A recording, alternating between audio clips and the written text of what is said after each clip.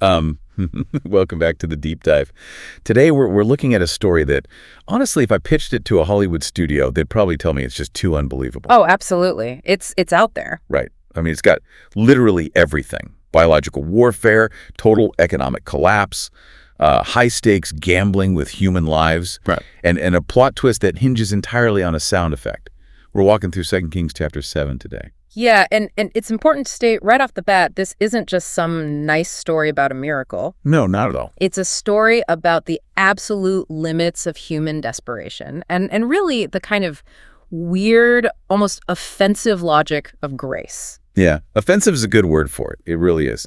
Because the heroes here are, well, they're the people you would cross the street to avoid. Exactly. And the villains are the ones running the country. The central theme we're looking at is this massive collision between the natural reality, which is just horrific, and a supernatural reality that literally invades the timeline overnight. By tomorrow about this time. Right, exactly. But before we get into that sudden turnaround, we really have to sit in the dark for a minute. Because you can't really understand the immense relief of chapter 7 without feeling the utter suffocation of chapter 6. You really can't. You have to know how bad it was. So we're in Samaria. This is the capital of the northern kingdom of Israel. And historically, we should probably place this for everyone listening, because this isn't the unified Israel of, David or Solomon. No, not at all. This is the breakaway state. Right. So about a century prior to this, the kingdom split. You had Judah down in the south. Centered in Jerusalem. Exactly, centered in Jerusalem. They kept the Davidic line. They had the temple. And then you had Israel, which is often called Ephraim or Samaria in the texts, up in the north. And they had their own thing going on. They did. They set up their own capital, their own priesthood, and frankly, their own idols. They were deeply apostate. And at this specific moment, the king is Jehoram. Also known as Joram in some translations, right? Yes, Joram. He's the son of Ahab and Jezebel. Oh, boy. So the spiritual pedigree there is just terrible. The absolute worst. So spiritually, the city is completely bankrupt. And politically, they are in massive trouble. Ben-Hadad, the king of Syria, or Aram, depending on your translation, he has laid siege to the city. Now, I've done some reading on ancient sieges for this deep dive, pulling from a lot of historical context and verse-by-verse expositions we're using as our sources today. And the details here are just particularly gruesome. The text in chapter 6 mentions the inflation rates, and they are staggering. I mean, it says a donkey's head was selling for 80 pieces of silver. Yeah, let's pause on that price tag for a second, because it is so easy to just gloss over 80 pieces of silver when you're reading. Right, it just sounds like a Bible number. Exactly. But in a normal economy at that time, a whole perfectly healthy sheep might cost you maybe a shekel or two. Wow, okay. A prime healthy ox might be 10 or 20. Here, you're paying 80 shekels for the head of a donkey. The head. There's no meat on a skull. There's barely any cartilage. And remember, for a Jew, a donkey is an unclean animal. You are not supposed to eat it under any circumstances. It's functionally useless for food. So you are basically breaking religious law and accepting complete financial ruin just to gnaw on bone. Precisely. It shows that pure survival had overridden every single religious and cultural taboo. And then there's the other item the text mentions. A fourth part of a cab of dove's dung for 5 pieces of silver. Yeah, okay, so I fell down a massive rabbit hole researching this specific detail, because there seems to be a lot of debate in the theological essays we looked at. Like, were people literally eating bird droppings, or was this a nickname for a plant? Right, yeah. There's a whole school of thought that dove's dung was a colloquialism for a wild bulb or a root. Like the Star of Bethlehem plant, right? Because it has those white flowers. It's very possible. Yeah. But given the context of the donkey head and, well, the later mention of cannibalism in the chapter, many scholars argue we should actually take it literally. Oof, that is rough. It could have been used for fuel to cook whatever scraps they had, or, in the absolute worst-case scenario, as a filler for food, just to put something in their stomachs. But either way, whether it's an overpriced wild onion or actual literal waste, it paints a very clear picture of a society that has completely and totally collapsed. The psychological toll must have been immense. I mean, there's that terrible scene where King Jehoram is walking on the wall and a woman cries out to him for help. Oh, the cannibalism scene. Yeah. He thinks she wants legal justice, but she's actually complaining that she and her neighbor made a pact. She boiled her son and they ate him. And then the next day, the neighbor hid her own son and wouldn't share. It's absolute moral disintegration. It really is. And this is so crucial for the setup of chapter 7. Because when we talk about salvation or deliverance in this chapter, we aren't talking about saving good, pious people. These people have descended into complete barbarism. And the king, his reaction is to blame God. He blames the prophet Elisha. He actually sends a messenger to cut off Elisha's head because he genuinely thinks Elisha is the one responsible for all this misery. Which is just classic projection. Totally. And so that's the room we walk into in verse 1 of chapter 7. You have the king's messenger arriving to execute the prophet. The king is right behind him, and the elders are sitting there. You can feel the tension. It is palpable. And Elisha, who has just been sitting in his house, probably totally aware of all this spiritually, he just drops a bomb. A massive bomb. He says, "Hear ye the word of the Lord. Tomorrow about this time shall a measure of fine flour be sold for a shekel, and 2 measures of barley for a shekel in the gate of Samaria." The absolute audacity of that statement is really hard to overstate. He isn't just saying, hey guys, relief is coming, hold on. No, he's giving a highly specific commodity market report 24 hours in advance. He's predicting instant hyperdeflation. Let's run those numbers because this is crazy. We just went from a literal donkey skull for 80 shekels to fine flour, which is the premium stuff, the good baking flour, for 1 shekel. Right. It's like saying, today, a basic loaf of bread costs you $10,000, but tomorrow at 3 p.m., bread will be a nickel. It makes no sense. It completely defies every known law of economics. Because supply chains just don't recover that fast. Even if the Syrian siege ended that very minute, it would take weeks to bring in the harvest, process the grain, mill the flour, and get it to the market. Yeah, you don't just snap your fingers and have flour. Exactly. Elisha is promising an impossible abundance, instantaneously, right at the city gate, which happens to be the very place where the enemy army is currently camped. And this brings us to the first really major character study of the chapter. The text introduces this guy, and it calls him a lord on whose hand the king leaned. Now, based on the historical context we have, I take it this is a high-ranking official, like a chief of staff or a general. Yes, the adjutant. He's the king's right-hand man. And in this room full of panic and prophecy, he's the voice of reason, quote-unquote reason. Right, the rational guy. He hears this prophecy, and he just can't take it. He responds with utter, dripping sarcasm. He says, "Behold, if the Lord would make windows in heaven, might this thing be?" I really want to dig into that specific phrase, windows in heaven, because that's not just a poetic way of saying it's going to rain, is it? It feels like he's referencing something very specific in their cosmology. You are spot on. In the ancient Near Eastern worldview, and particularly in biblical cosmology, there was this concept of a firmament that separated the waters above from the waters below. To open the windows of heaven was language directly associated with the Great Flood in Genesis chapter 7. Oh, wow. So it's catastrophic language. Or miraculous language, depending on how you look at it. But he's essentially saying, look, even if Yahweh ripped open the very fabric of the universe and poured literal grain out of the sky like the flood, that still wouldn't be enough to drop prices that low that fast. So he's a pure materialist. 100%. He's looking at the logistical constraints, the siege lines, the lack of caravans, the empty silos, and he's determining that God is somehow smaller than those constraints. He is limiting the Holy One of Israel to the laws of physics and economics as he understands them. It's intellectual pride. He thinks he knows exactly how the world works, and he thinks Elisha is just a crazy old man offering false, dangerous hope. And what I find so fascinating is that Elisha doesn't argue with him. He doesn't pull out a chart or try to explain the mechanics of how God is going to do it. No, prophets don't usually debate logistics. He just snaps right back with a verdict. He says, "Behold, thou shalt see it with thine eyes, but shalt not eat thereof." It is a chilling moment. Elisha basically tells him, your skepticism has just cost you your participation. It sets up this terrifying dynamic that we see throughout Scripture. You can be in the direct proximity of a miracle. You can literally witness the glory of God unfolding. And yet, you can be completely cut off from benefiting from it solely because of your unbelief. It's the ultimate "I told you so," but with completely lethal consequences. Exactly. So the stage is set inside the city. You have the prophet declaring impossible abundance, and the palace declaring it's completely impossible.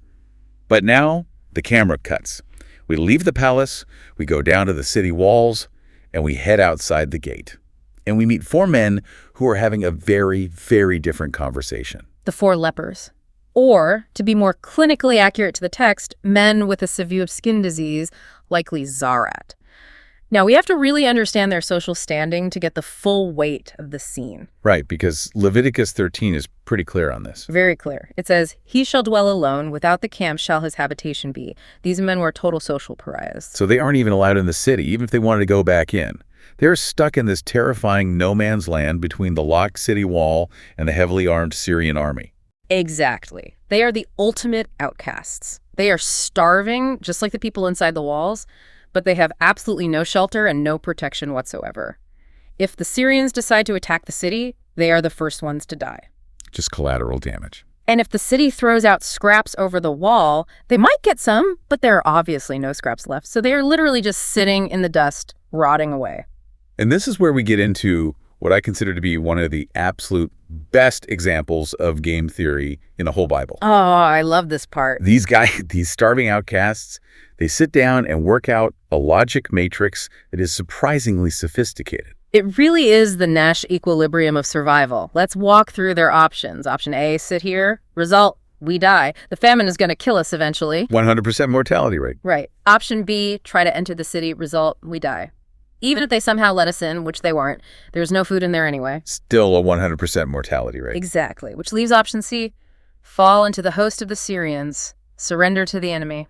Which, rationally speaking, sounds like suicide. I mean, the Syrians are the ones actively starving the city. Why on earth would they feed 4 unclean, diseased beggars? That is the risk variable, and they analyze it perfectly. They say, if they save us alive, we shall live, and if they kill us, we shall but die. It's brilliant. They realize that option C is the only scenario with a non-zero probability of survival. In every other scenario, death is an absolute certainty. In the Syrian scenario, maybe death is a 95% certainty, but there is a 5% chance of mercy, and when you are dying anyway, a 5% chance is basically infinite hope. Why sit we here until we die? That question, it just haunts me. Such a powerful pivot from passivity to action. It's a profound theological statement, really, disguised as a grunt of frustration from starving men. Think about how many people sit until they die. Spiritually, emotionally, professionally, they just wait for their situation to magically change. These lepers realized the situation won't change unless we change our position. They chose to move into the terrifying unknown rather than stay in the known certainty of death. That's a word right there. So they actually get up, and the text specifies the time of day, which I found interesting. It says, they rose up in the twilight. This is the evening twilight, right? As the sun is going down. Yes, the gloaming, the visibility is dropping fast, shadows are getting long. It is the perfect time for a stealth movement, or in their case, just a slow, desperate shuffle toward the enemy lines. Now here is where the story splits into 2 simultaneous realities. And I love this cinematic feel. You have 4 sick, starving men walking toward the massive Syrian camp. In the natural realm, all you hear is the shuffling of sandals in the dirt, maybe some coughing, heavy breathing. But in the unseen spiritual realm, something completely different is happening. This is the psychoacoustic miracle. Verse 6 says, "For the Lord had made the host of the Syrians to hear a noise." Hear a noise. Notice, it doesn't say there was a physical noise. It says the Lord made them hear a noise. This was a targeted, localized auditory phenomenon. And what exactly did they hear? The text says, the noise of chariots and the noise of horses, even the noise of a great host. It sounded like a massive, heavy, armored division thundering down on them from the hills. And I love the connection so many scholars make here to the previous chapter. Oh, with Elisha's servant? Yes. Remember when Elisha's servant was absolutely terrified of the Syrian army surrounding them? And Elisha just prayed, "Lord, I pray thee, open his eyes that he may see." And the servant suddenly saw the mountain was full of horses and chariots of fire round about Elisha, the unseen spiritual army. Exactly. The dominant theological theory here is that in chapter 6, God opened the servant's eyes to see the spiritual reality. But here in chapter 7, God opened the Syrians' ears to hear that exact same spiritual reality. Oh man, that's amazing. The heavenly host didn't just show up this time, they turned on the sirens. That is terrifying. I mean, imagine you're a Syrian soldier sitting in your tent, you think you're winning this siege, you're relaxed, and suddenly the ground starts shaking with the deafening sound of 1,000 chariots that you can't even see. And because the Syrians are pagans, they don't immediately think, oh, it's Yahweh coming to get us. Right, they think geopolitics. They immediately construct a rational, worldly explanation for the irrational sound. They scream out to one another, "Lo, the king of Israel hath hired against us the kings of the Hittites and the kings of the Egyptians to come upon us." Let's unpack that geopolitical sandwich for a second. Why those two specific groups? Why the Hittites and the Egyptians? It's a really brilliant insight into the psychological fears of the Syrian military at that time. Okay. To the north, you had the Neo-Hittite states in what is now modern-day Turkey and northern Syria. Now, historically, they were incredibly famous for their heavy chariotry and military prowess. Even though the great original Hittite Empire had fractured by this point, their reputation as elite chariot warriors remained. So that covers the northern flank. Right. And to the south, you have Egypt, the absolute sleeping giant of the ancient world, the superpower that always had massive resources and cavalry. So the Syrians believe that King Jehoram, who's currently starving to death, has somehow managed this incredible masterstroke of secret diplomacy. Yes. They think he hired mercenaries from the north and the south to catch the Syrians in a massive pincer movement. It's a military worst-case scenario. Total encirclement. Exactly. And fear is a contagion. It moves way faster than any virus. Once one soldier screams Hittites, the panic just spreads through the camp like wildfire. The text says they arose and fled in the twilight. In the twilight. Let's catch that timing. Yes. The lepers rose in the twilight to go to the camp. The Syrians rose in the twilight to flee the camp. Wow. God completely synchronized the arrival of the beggars with the departure of the warriors. And it wasn't an orderly retreat either. It wasn't like a commander saying, "Okay, men, pack up the gear. We're moving out to a new position." No, it was a total rout. They left their tents standing. They left their horses tied up, which is huge because horses are your cavalry. They're your getaway vehicles. You don't leave your car running and run away on foot unless you were terrified. Exactly. They left their donkeys. They left the camp, as the text says, as it was. They literally ran for their lives on foot into the dark. So the stage is cleared. The greatest, most terrifying army in the region has just evaporated into the night. And onto this massive, empty stage walk are 4 starving lepers. They reach the uttermost part of the camp, probably expecting guards, spears, some kind of confrontation, and there's just nothing. It must have been incredibly surreal. They peek into the first tent. No one is there, but there's food. On there. Probably warm bread, wine, roasted meat just sitting on table. And silver and gold and raiment. It is an absolute Aladdin's cave. Yeah. And their reaction is so wonderfully, brokenly human. They don't immediately think of the starving city of Samaria. They think, jackpot. They eat and drink. Phase 1 is pure, unadulterated self-preservation. Then they carry out the silver and golden garments, and they go hide it. They dig a hole somewhere in the field. Then they come back, enter another tent, loot that one, and go hide the stuff again. It's the hoarding instinct. Yes. They are securing their retirement. They went from 0 to billionaires in 20 minutes. And I really can't blame them. The city literally threw them out. Why do they owe the king anything? Why do they owe the people who mocked them and marginalized them anything at all? By all social contracts, they owe Samaria absolutely nothing, but this is where the Holy Spirit seems to really nudge them. There's this moment of deep moral conviction that I find to be the absolute turning point of the entire narrative. Yeah. They stop maybe mid-bite of food or while holding a heavy bag of gold, and they say to one another, "We do not well." We are not doing right. Exactly. They say, "This day is a day of good tidings, and we hold our peace." Good tidings. Let's look at that phrase. Yeah, that phrase is so loaded. In the Greek Septuagint translation of the Old Testament, the word used there is related to euangelion, gospel. Good news. They realize that this abundance is simply too big to be a secret. It becomes a moral imperative. If they keep the cure for death to themselves while thousands of people are literally eating their own children just a mile away, they become murderers by omission. They even express a real fear of divine retribution. They say, if we tarry till the morning light, some mischief will come upon us. They understand that hoarding salvation brings judgment, and honestly, it's a very powerful lesson for us. The gospel isn't just a gift we receive for our own comfort, it's a trust we are meant to manage. If you have found the bread of life, you are morally obligated to tell the other beggars where the bakery is. I love that analogy. So they leave the treasure, which takes incredible discipline, by the way, and they head all the way back to the city walls. They shout up to the gatekeepers in the dark, "Hey! The Syrian camp is empty. No man is there, just horses tied up." The gatekeeper is probably shocked, but he tells the palace. The king is woken up in the middle of the night. Now imagine you are King Jehoram for a second. You receive news that your mortal enemy has vanished into thin air and left all their food behind. What is your natural reaction? You'd think it would be joy, celebration. But it's not. He immediately goes to the darkest possible place.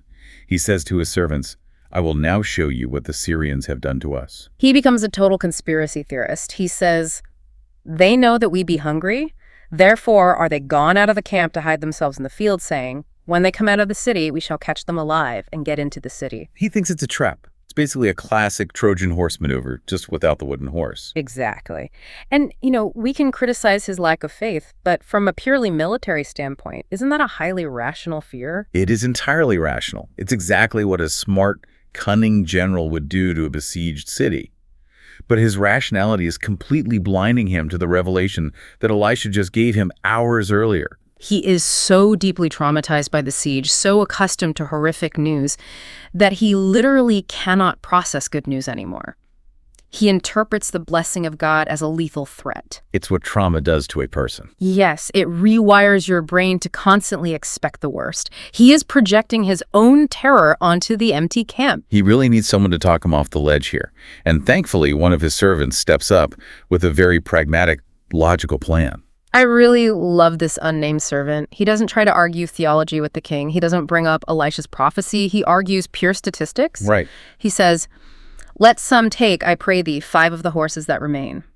Behold, they are as all the multitude of Israel that are left in the city. Behold, I say, they are even as all the multitude of the Israelites that are consumed." So what is he really saying there? Translation: King, look at the few horses we even have left. They are starving to death right now, just like us. If we send out scouts on these horses and the Syrians ambush and kill them, well, they are dead. But if we keep them here in the city, they die of hunger anyway in a few days. The outcome is identical. Exactly. We have literally nothing left to lose. It's the exact same logic the lepers used outside the wall, the logic of the 0 point. When you have absolutely nothing to lose, you might as well risk everything for a chance at life. Precisely. It's parallel thinking. So the king agrees to this logic. He sends 2 chariots, not a whole army, just a small, fast recon team. Go and see. And they go out. And they don't just go to the camp and stop. They follow the tracks all the way down to the Jordan River. That's a really significant distance, isn't it? About 20 or 25 miles. Yes, it's a long way. And the road itself tells the whole story. The text says the road was littered. Littered with garments, vessels, weapons. The Syrians were shedding weight to run faster. It's a massive debris field of pure panic. Wow. This completely confirms it wasn't a tactical trap. You do not throw away your expensive heavy armor and your solid gold cups if you're planning a coordinated ambush. You only do that if you think death is literally breathing down your neck. So the messengers come galloping back, and they report this to the king, and then the dam just completely breaks. The people of Samaria don't even wait for official permission. The hunger takes over completely. They pour out of the city gate. It is an absolute stampede. They spoil the tents of the Syrians. And suddenly, the market forces violently kick in. Instantly. There is so much flour, so much barley, so much plunder being hauled back into the city that the price crashes to exactly what was predicted. A measure of fine flour for a shekel. 2 measures of barley for a shekel. Elisha's prophecy is fulfilled to the letter and to the hour. But amidst this massive carnival of joy and eating and relief, there's one really tragic note. The officer, the skeptic from the talus. Right. The king had appointed that very same officer to have charge of the gate. His job was crowd control. He was supposed to bring some kind of order to the chaos of thousands of starving people rushing out. But the chaos was way too strong. The text says, the people trode upon him in the gate, and he died. It's so deeply ironic. He was the intellectual barrier to belief inside the palace, and now he is physically acting as a barrier to the blessing at the gate, and the people just run him over. And remember Elisha's chilling words from verse 2, "Thou shalt see it with thine eyes, but shalt not eat thereof." Wow, he saw it. He saw the miracle. He saw the carts of grain rolling in. He saw the prices drop. He probably even smelled the fresh bread baking in the camp. But he never tasted a single crumb of it. He died being trampled by the very miracle he said was impossible. That is a brutal, brutal way to go. It feels like a very stark warning. It is a massive warning. It teaches us that God's word is truly a double-edged sword. It fulfills itself in salvation for the lepers who acted in faith, however desperate that faith was. And it fulfills itself in severe judgment for the cynic who stood in pride. You can't mock the windows of heaven and expect to survive the flood when they actually open. Exactly. You just can't. So we have the full narrative arc now, from the donkey's head to the massive overflow of flour, from the king's total despair to the leper's feast.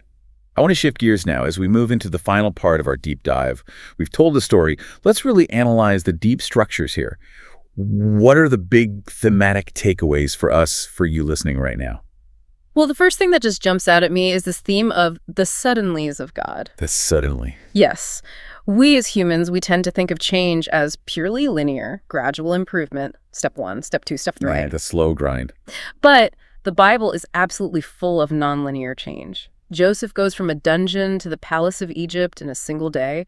Samaria goes from horrific starvation to massive surplus in a single night. It really challenges our process mindset. It does. Yes, there is obviously a lot of process in the Christian life, but there are also these sovereign moments where God just flips the script instantly. The listener might be in a siege right now, a financial siege, an emotional one, a health crisis, and it feels like it will take 10 years to ever recover from the damage. But God says, I can do it by tomorrow, about this time. Exactly. That is a deeply hopeful thought. But it requires us not to be the officer. Mm-hmm.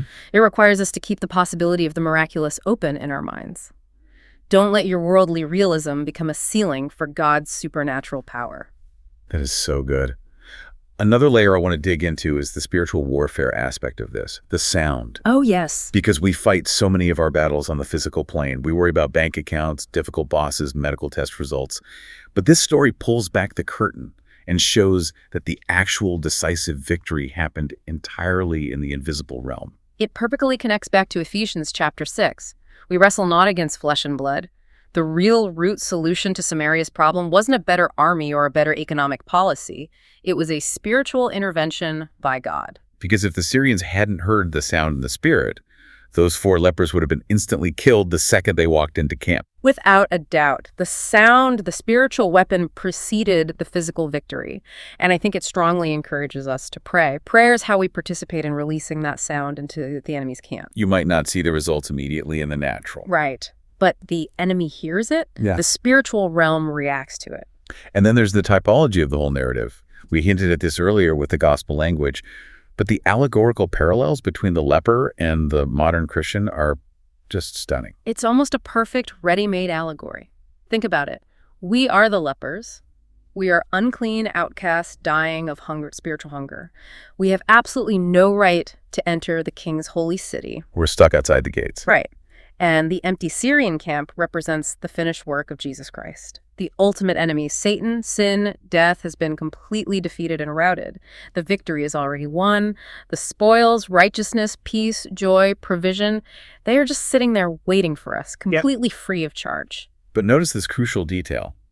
The victory was won without the lepers' help. Yes. The lepers didn't fight the Syrians. God did it all. Grace is finding a victory you didn't fight for. Man, that is beautiful. Grace is finding a victory you didn't fight for. I love that. But we still have to walk to the camp, don't we? That's the catch. Faith is the walk. God didn't teleport the bread directly into their mouths while they sat by the gate. They had to rise up in the twilight. They had to actually risk the walk into the unknown. It perfectly balances the sovereignty of God because he caused the sound with the responsibility of man, because we still must move. Exactly. I also really want to talk about the concept of the outsider as the hero here. Why does God use lepers? Why not speak to the high priest? Why not use the king's elite army scouts to find the empty camp first? Because God loves to completely subvert our human hierarchies. It reminds me of 1 Corinthians 1.27. God hath chosen the foolish things of the world to confound the wise, and God hath chosen the weak things of the world to confound the things which are mighty. The king was paralyzed by his trauma and his knowledge. The officer was paralyzed by his intellectual skepticism. The religious leaders were nowhere to be found in this whole chapter. Only the absolute outcasts were desperate enough to actually move. Sometimes your sheer desperation is your greatest spiritual asset. If you are comfortable, you don't move. If you are sitting until you die, you have the profound motivation to finally get up and find God. God constantly uses the marginalized to bring salvation to the center. And when they brought the good news back, the king didn't even believe them at first. It shows how hard it is for the establishment to accept that the answer to their massive problems might come from the gutter. Absolutely. Can any good thing come out of Nazareth? It's the exact same worldly prejudice. Can national salvation come from 4 diseased beggars? Yes, it absolutely can. Let's bring this right down to the modern listener, because someone is listening to this deep dive right now on their commute or maybe while they're washing dishes.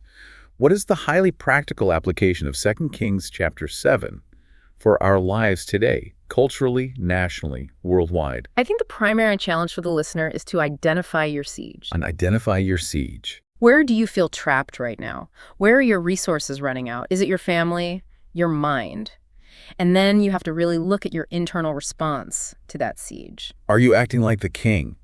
Blaming God, constantly expecting traps, totally paralyzed by your past trauma? Or are you the officer, mocking the very possibility of a miraculous solution, choosing to trust only in what you can physically see and measure? Or are you willing to be the leper? Are you willing to say, I cannot stay here anymore. I have to make a move toward God, even if I'm terrified, even if I feel completely unworthy of his provision? And if you do make that move and you find the bread, You have to share it. that is the other massive, unavoidable application here.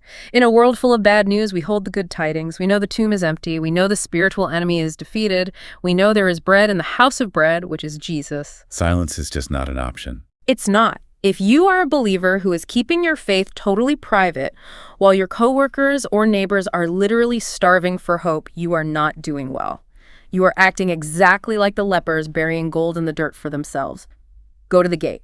Tell the porter. Spread the word. One final detail I want to touch on before we wrap up this deep dive. The king's servant. The guy who suggested sending the 5 horses. Ah, the pragmatist. Yeah. I feel like he is the unsung hero of this whole story. He wasn't a prophet declaring the future. He wasn't a king making decrees. He was just a normal guy with a little bit of common sense who bridged the gap between the leper's crazy report and the king's paralyzing fear. That is a really great role for us to play in our daily lives, too. Like, sometimes we just need to be the bridge for someone else. When people are way too afraid to believe the gospel because of their traumas, sometimes we just need to say, hey, come and see. Let's just send a scout. Let's just try. What do you realistically have to lose? He lowered the barrier to entry for the king to experience the miracle. We can absolutely do that for others. We can. This chapter is just a masterpiece of storytelling and theology. It confronts our pride, it deeply validates our desperation, and it magnifies God's immense power to turn impossible things around in a heartbeat. It really is. It tells us that no matter how high the inflation gets, no matter how strong the enemy looks, no matter how unclean we feel, the windows of heaven are not shut. And on that profound note, we're going to wrap up this deep dive. If you have been sitting until you die, maybe today is the time to finally get up. The twilight isn't the end. It might just be the exact cover you need to walk right into your miracle. Thanks for listening. We'll catch you on the next dive. See you then.